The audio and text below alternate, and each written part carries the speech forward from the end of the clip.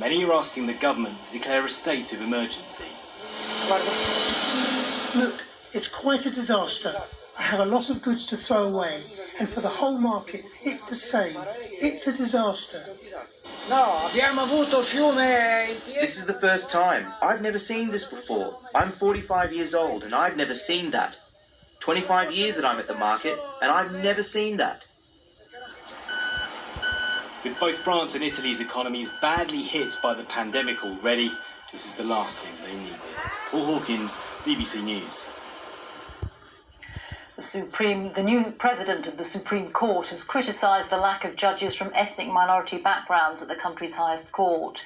Lord Reid said the lack of diversity among the 12 Supreme Court justices was a situation which cannot be allowed to become shameful if it persists. He said he hoped the situation would change before he retired in 6 years' time.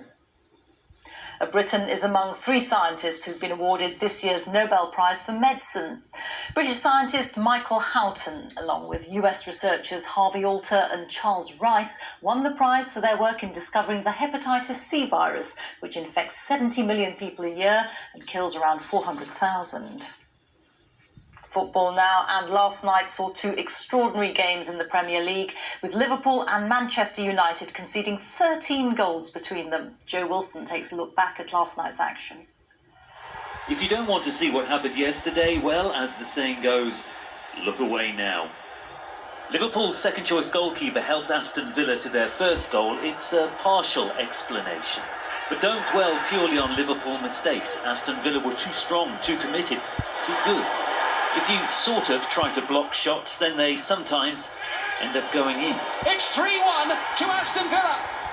From Exeter via Weston-super-Mare and Brentford, Ollie Watkins came to the Premier League. He was disappointed to only score 3 last night. Ross Barkley on his Aston Villa debut, now just a little deflection. It just goes for you some days. It was just that all those some days happened on this Sunday. 6, yeah. But you make your own luck.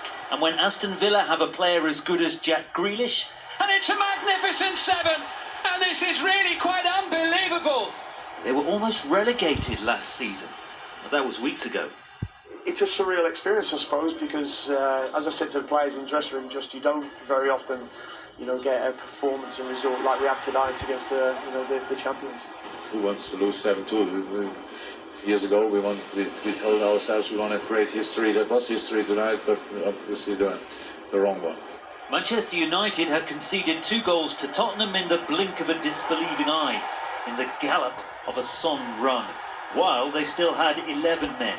Lamela and Martial then exchanged slaps. Look at Lamela's reaction. What's that, toothache? The United player was sent off. Spurs just rolled on. Maybe some squads are weary, schedules have been extraordinary, but Tottenham seemed full of energy. Their performance merited all their goals. Old Trafford's reputation alone counts for nothing. It's the worst day of my career as a Man United manager. It's probably the worst day for probably all of these players as well. The ripples from these goals may spread. On transfer deadline day, how much would you pay for a good old 0-0? Joe Wilson, BBC News. A huge, flawless diamond, described as one of the Earth's rarest and most coveted wonders, will go on sale in Hong Kong today. The 102-carat, flawless, oval white